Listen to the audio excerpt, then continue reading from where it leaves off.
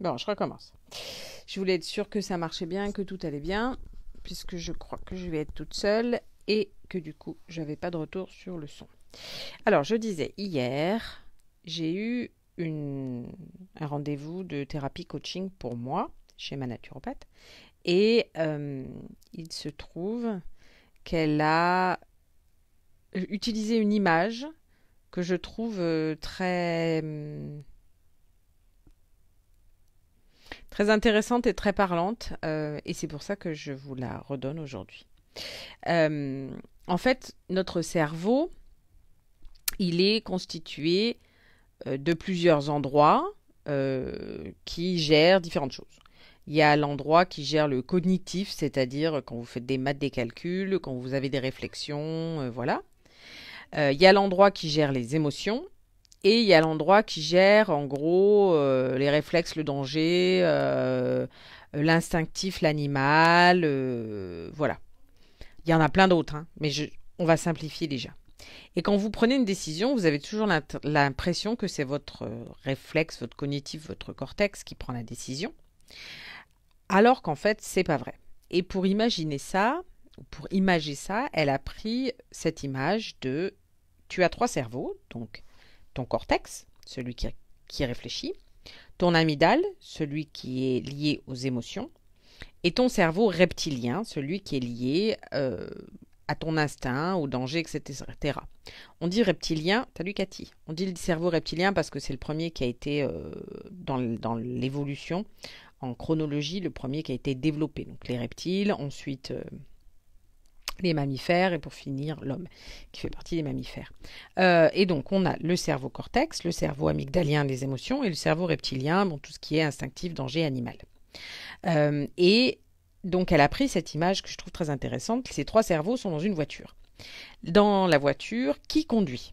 Donc toi, tu aurais tendance à dire, bah, c'est le cortex qui conduit, c'est le cognitif qui conduit. Pas du tout, c'est l'émotionnel qui conduit. Je t'explique après. Qui est à côté sur le siège conducteur, donc qui peut avoir une influence importante puisqu'il peut directement parler au conducteur et puis prendre le volant, tu vois, puisque tu es sur le siège conducteur, donc tu as accès aux commandes quand même. Eh bien, c'est le cerveau reptilien, parce qu'il faut qu'au cas où il y a un danger, il puisse réagir immédiatement. Un peu comme dans une auto-école, si tu veux, où en gros, le maître d'auto-école te laisse conduire sur le côté gauche, mais il a quand même accès, en cas de danger, aux pédales, au volant, etc. Et puis derrière, sur le siège passager, il y a ton cerveau cortex. Celui que tu crois, qui décide tout. Et en fait, pour lui faire croire qu'il a quand même une grande importance et qu'il décide tout, on lui a donné un espèce de petit joujou, tu sais, les joujous pour les gamins de 3 ans, là, où ils croient qu'ils vont conduire. Donc ils ont le volant, ils ont les vitesses, mais en fait, évidemment, c'est un jouet qui ne sert à rien et qui ne conduit pas la voiture. Et je trouve donc cette image très intéressante parce que on voit bien, grâce à ça, que c'est tes émotions qui vont décider dans 90%, 95, 99% de ta vie, tes décisions, qui vont les prendre à ta place, entre guillemets, hein, à la place de ton cortex. Le cerveau reptilien qui est à côté, qui est là au cas dans les urgences, c'est lui qui va d'un coup prendre la main. Et le cortex, à qui on fait croire souvent qu'il a une super importance, mais au final, il n'en a pas beaucoup. Et ça a été effectivement étudié scientifiquement. Si vous voulez les preuves, renseignez-vous en neurologie et en neurocognition. En fait, dans énormément de cas, ta décision est prise avant même que tu l'aies décortiquée mentalement. Elle est prise d'un point de vue émotionnel.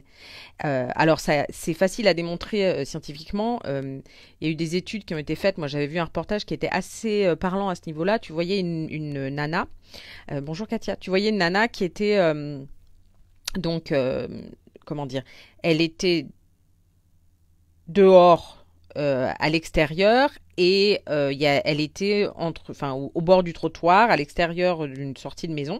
Et ils avaient fait une expérience, ils avaient filmé, tu voyais une voiture qui arrivait sur la route, tu voyais un gamin qui arrivait donc de l'intérieur de la maison, donc la nana, elle était à l'extérieur en train de fumer sa clope, donc elle voyait pas l'enfant, si tu veux. où elle le voyait, mais vraiment à la dernière seconde. Elle avait très peu de chances de le rattraper. Et la voiture qui arrivait. Et l'enfant court pour rattraper son ballon, qui va sur la route. Et la nana, avant même d'avoir pu, d'un point de vue cognitif, analyser la situation, chope le gamin, mais à la millième de seconde près, par la main pour l'attraper pour pas qu'il aille sur la route. Et en fait, c'est évidemment, c'est des réflexes en fait. C'est ton cerveau reptilien et ton cerveau amygdalien qui là sont en commande et plus du tout ton cognitif. Et tu réalises que tu as pris la décision avant même d'avoir analysé quoi que ce soit. Et ça, on s'imagine que c'est que dans des situations d'urgence, et en fait, c'est tout le temps le cas dans ta vie. C'est ton cerveau amygdalien et ton cerveau reptilien qui sont aux commandes, et on fait croire à ton cortex qui décide. Alors, il y a des manières d'arriver à ressentir ça et d'arriver à prendre de la distance par rapport à ces deux cerveaux et à faire en sorte, pas forcément que ton cortex décide, mais au moins à faire en sorte que ces deux cerveaux-là ne décident pas tout le temps. Quand tu te mets en colère, quand il y a des choses qui te font complètement flipper et exploser, quand tu as l'habitude de travailler sur toi, de faire de la méditation, par différents moyens de développement personnel quels qu'ils soient, ou par différents moyens de concentration, en fait, tu arrives à détecter un tout petit peu avant que ça arrive que tu vas te mettre en colère. Tu sens et tu dis, là, je vais exploser. Et moi qui suis une grande colérique, depuis toute petite, qui suis une grande impulsive, j'arrive, mais depuis quelques années seulement, à vraiment maintenant le détecter quand ce truc-là quand l'étincelle commence à s'enflammer et que je vais partir en live et que je vais gueuler et que je vais exploser. Et j'arrive maintenant donc à avoir le contrôle, c'est-à-dire j'ai une millième de seconde avant d'exploser.